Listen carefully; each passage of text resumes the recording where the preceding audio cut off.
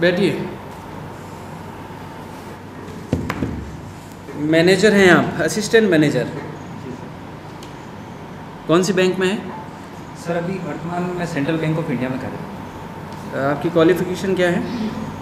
Sir मैंने electronics and communication stream से BTech किया है सर। बीटेक किया है जी सर। कितने समय से हैं आप असिस्टेंट मैनेजर?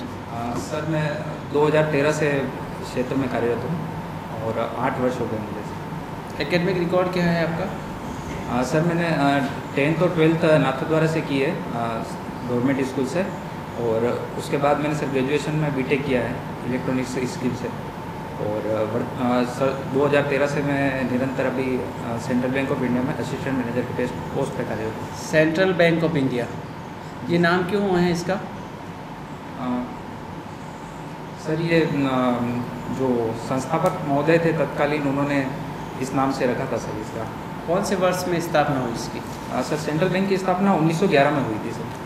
1911 में हुई? जी सर। अभी निजीकरण का एक मुद्दा बहुत चर्चा में है और फिर से ये चर्चा में आया है। ऐसा लगता है कि नवीन जो उदारवादी प्रकृति हैं राज्य की, वो अपना मूल स्वरूप त्याग करके पूरी बाजार अर्थव्यवस्था की ओर लौट रही है। क्या आप इस बात से सहमति रखते हैं? जी सर। सर मेरा ऐसा मानना है कि जिस प्रकार अर्थव्यवस्था के हिसाब से या जिस प्रकार, नहीं, आप हाँ या ना में जवाब दीजिए कि क्या आप इस बात से सहमति रखते हैं कि आज राज्य की प्रकृति है वो बाजारी संस्था के रूप में हो गई है? जी सर, सहमत है। सहमत है। तो इसके क्या फ़ायदे क्या हैं? मुझे लगता है कि अंतर्राष्ट्रीय राजनीति में हम देखते हैं कि राज्य की पहचान ही इस बात से है कि वह अपने आप में संप्रभु शक्ति है।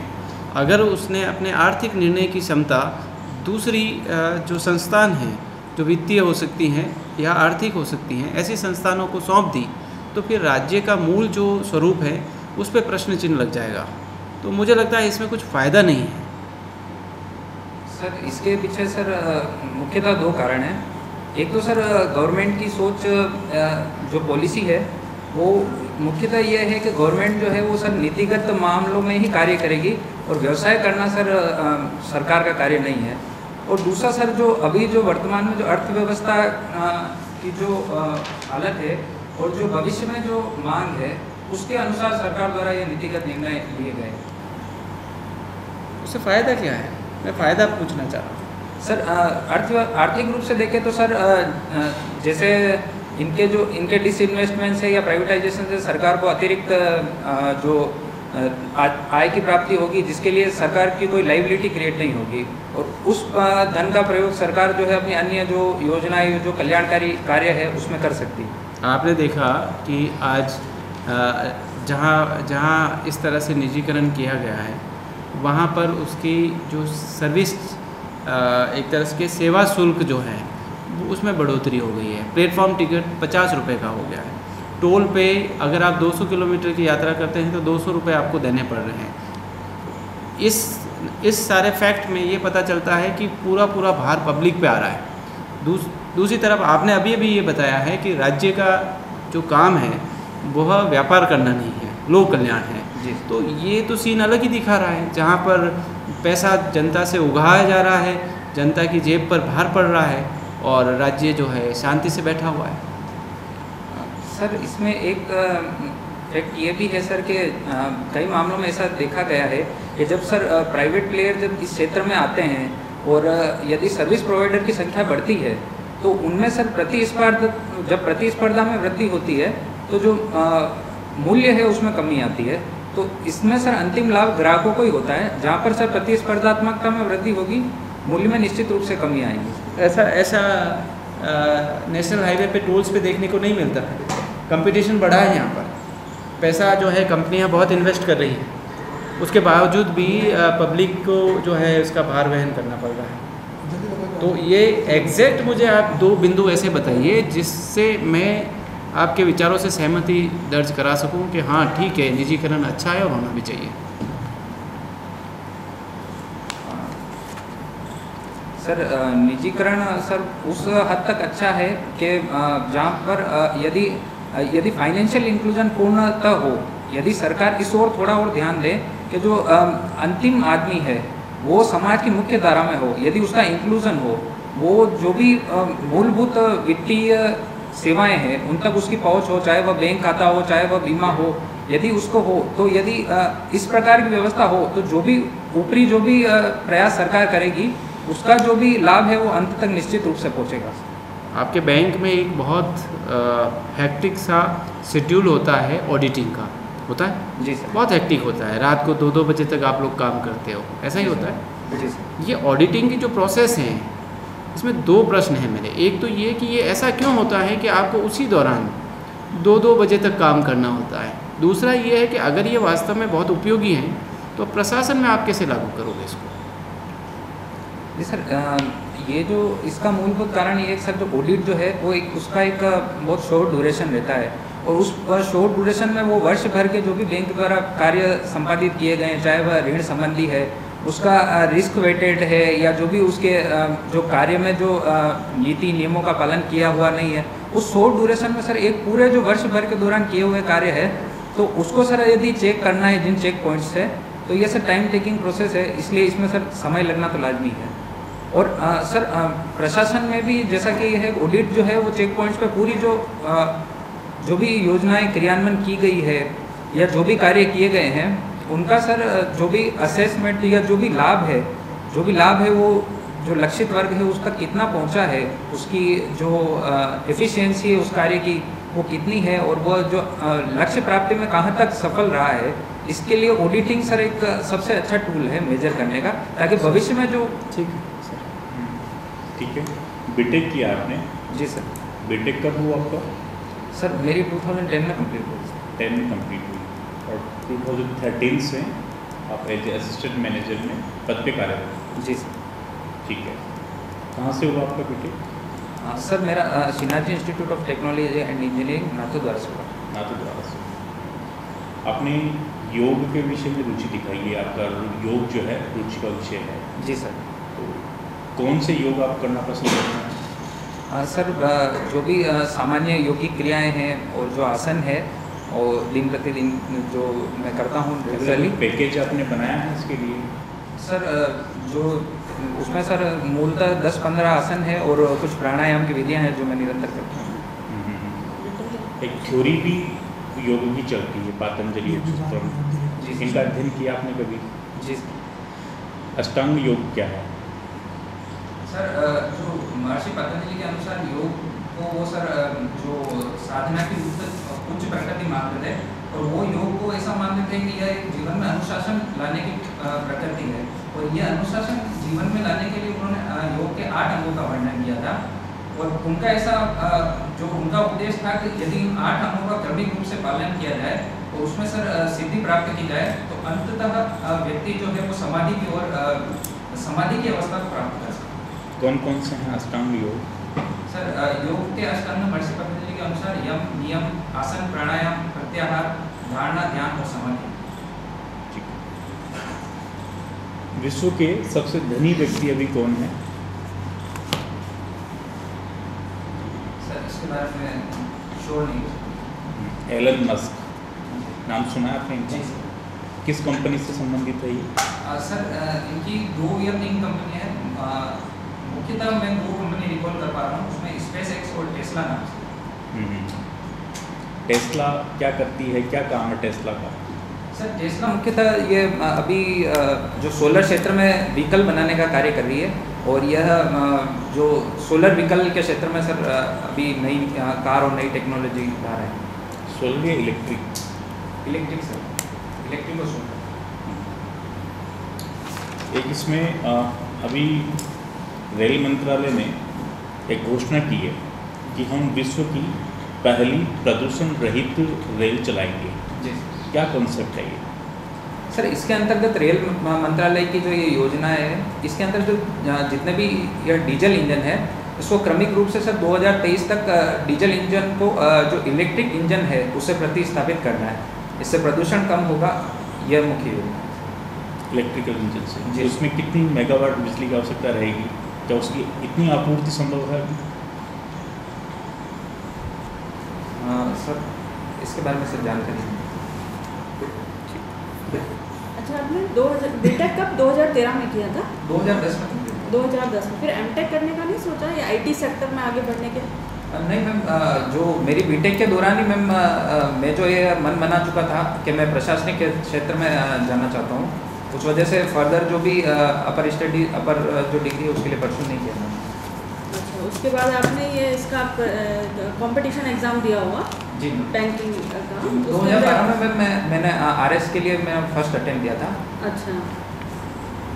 अच्छा, बैंकों के संदर्भ में मर्जर और एक्विजिशन जो कि आजकल बहुत किए भी जा रहे हैं, विलयन और अर्जन, क्या दोनों में अंतर है और ऐसी स्थिति क्यों होती है कि बैंकों को मर्ज करना पड़ता है? जी मैम, मर्ज करने के तहत मैम दो बैंकों को आपस में मिलाया जाता है, जबकि एक्विजिशन में मैम एक बड़े बैंक का दूसरे बैंक के द्वारा जो है अधिग्रहण कर लिया जाता है। मर्जर की आवश्यकता उस संदर्भ में है कि मर्जर जो है मैम अभी भारत में कोई भी मर्जर से पूर्व ऐसा विश्व स्तरीय बैंक नहीं है। और भारत के बैंक में यदि एसबीआई का जो मर्जर देखा जाए उसके पहले कोई टॉप 500 बैंक में भी जो वर्ल्ड के बैंक है उसमें भारत का बैंक नहीं आता था। और मैम मर्जर का जो मुख्य उद्देश्य ये है पूंजी आधार में वृद्धि करना, ताकि ये जो दिन प्रतिदिन जो ये समस्याएं हैं, बढ़ता एनपीए है या ऋण देने के लिए पूंजी की कमी से जूझ रही है बैंकिंग अर्थव्यवस्था में, तो इन सब चीज़ों से मैम मर्जर के द्वारा निजात पा सकेगी। और एक्वायर करने में?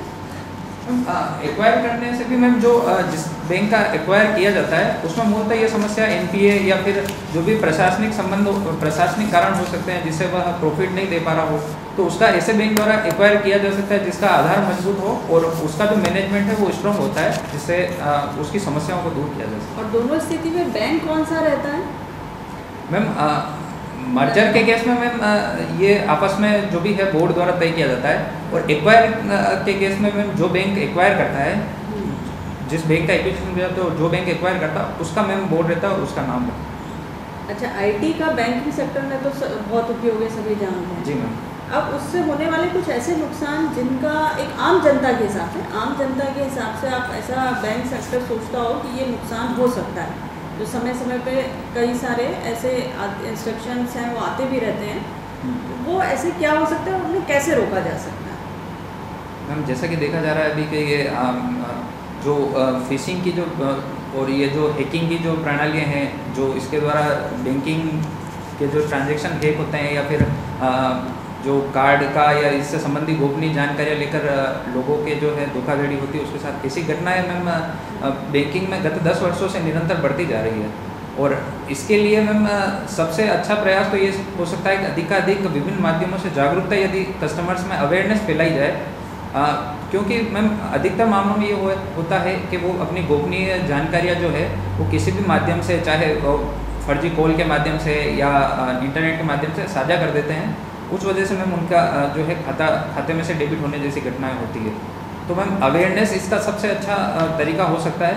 एक फाइनेंशियल लिटरेसी अगर जो विभिन्न प्रोग्राम यदि चलाए जाएं और बैंकों के द्वारा, आरबीआई के द्वारा और अन्य ऐसी वित्तीय जो संस्थाएं हैं वो ऐसे जो चाहे शिक्षण संस्थाएं हैं चाहे प्रशिक्षण के माध्यम से लोगों में यदि मैम अधिक से अधिक अवेयरनेस होगी तो इन घटनाओं में निश्चित रूप से कमी होगी।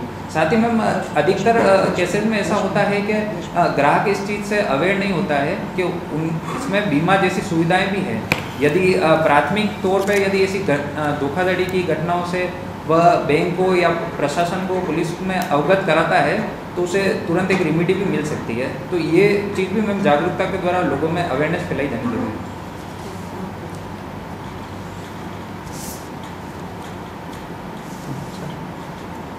गीता में कितने श्लोक हैं? सर गीता में सर भी जानकारी नहीं। गीता का कभी पढ़ने का काम पड़ा? सर हाँ पढ़ा। अध्याय कितने हैं गीता में? सर गीता में 18 अध्याय हैं। गीता का उपदेश किसने किसको दिया? सर गीता का उपदेश भगवान श्री कृष्ण ने अर्जुन को दिया था। क्या जरूरत पड़ी? सर जब महाभारत का कुरुक्षेत्र में युद्ध चल रहा था तब एक समय ऐसा आया जब अर्जुन मोह के वशीभूत होकर अपने जो सगे संबंधियों पर उसने सर हथियार उठाने से मना कर दिया था। और जब भगवान श्री कृष्ण ने अर्जुन को कर्तव्य पथ से विमूढ़ होते देखा, तो उन्होंने उन्हें गीता के उपदेश द्वारा पुनः कर्तव्य मार्ग पर आरूढ़ करने का प्रयत्न किया। तो वो तो युद्ध का मैदान होगा, कितना टाइम लगा होगा ये उपदेश देने में? सर ऐसी मान्यता है, बिल्कुल रथ के पायदान पे खड़े रहकर अर्जुन नीचे उतर रहा है, भगवान श्री कृष्ण ने उनको उपदेश दिया कि भाई कर्म करो, है ना। उसमें ये मत देखो सामने कौन है, कुछ समय का ज्ञान है क्या आपको? सर इसमें सर ऐसी मान्यता है, या मैंने भी सर कहीं जो उस समय सीरियल देखा था उसमें ऐसा है, वो भगवान जो है समय को स्थिर करके पूरा गीता का उपदेश अर्जुन को सुनाते हैं। 45 मिनट लगे थे। जी सर।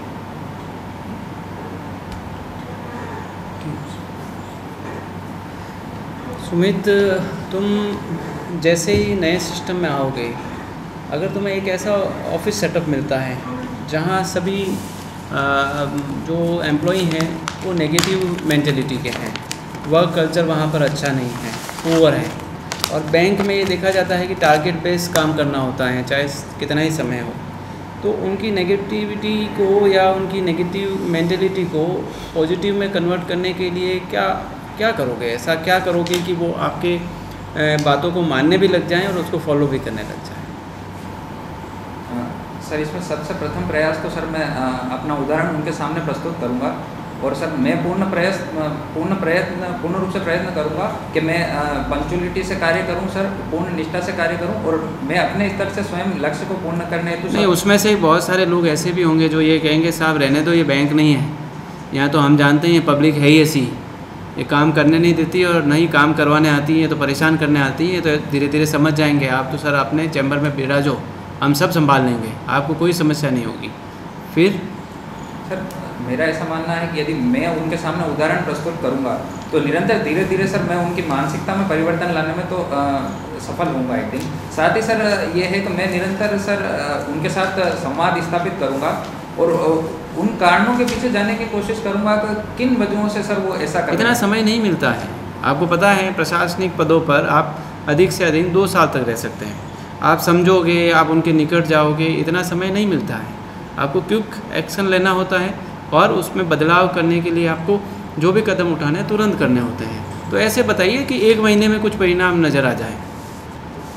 यदि सर शॉर्ट ड्यूरेशन के लिए देखा जाए तो मैं सर उन कर्मचारियों में से सर ऐसे कर्मचारी छांटूंगा जो डेडिकेटेड हैं और जो सर कुछ कार्य करने की रुचि रखते हैं, उनको सर कुछ ऐसी जिम्मेदारी दूंगा जो सर जिनके लिए उनको पुरस्कृत किया जा सके, और साथ ही साथ जो कर्मचारी है उनके सामने निरंतर उन कर्मचारियों के माध्यम से यह एग्जाम्पल सेटअप करूँगा कि उन्हें मतलब काम करने पर उन्हें भी वो पुरस्कार मिल सकता है। एक अंतिम प्रश्न है मेरा, भारत और चीन के साथ में जो व्यापारिक नीति है उस पे भारतीय सभ्यता, संस्कृति और जो सोसाइटी से इनपुट मिलते हैं उसका असर पड़ता है, क्या आप इससे सहमति रखते हैं? क्या ऐसा होता है? सर वापस सुनना चाहूँगा। भारत और चीन के जो व्यापारिक संबंध हैं उस पर भारतीय संस्कृति का प्रभाव रहता है, क्या सहमति है आपकी? जी सर, निश्चित रूप से। कैसे होता है, कुछ उदाहरण दीजिए। सर